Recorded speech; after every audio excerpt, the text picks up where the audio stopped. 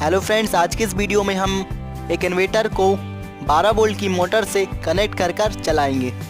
तो हमने दोस्तों दो मोटर ले लिए हैं, दोनों दोस्तों 12-12 वोल्ट की हैं। इनको हमको आपस में एक शाफ्ट द्वारा कनेक्ट करना है और इन्वर्टर को चलाना है। तो सबसे पहले हम एक मोटर को जनरेटर की तरह यूज़ करेंगे।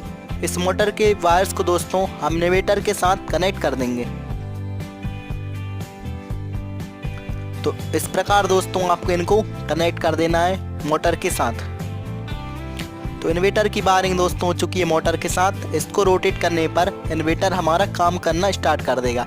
अब इसको दोस्तों रोटेट करने के लिए आपको एक और 12 वोल्ट की मोटर कनेक्ट करनी है। इसमें इसको कनेक्ट करने के लिए आप पेन का शेफ्ट लगा सकते हैं बीच में।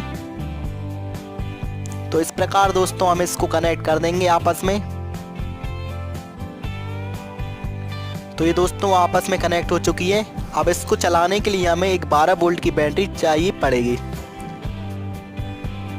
दोस्तों जो रेड कलर के वायर्स देख रहे हैं आप, उनको हमें बैटरी के साथ कनेक्ट कर देना है। तो दोस्तों आप देख सकते हैं कि इन्वर्टर अभी काम नहीं कर रहा है। इसकी वायर्स को हम दोस्तों अपोजिट डायरेक्शन में लगाएंगे और चेक करेंगे।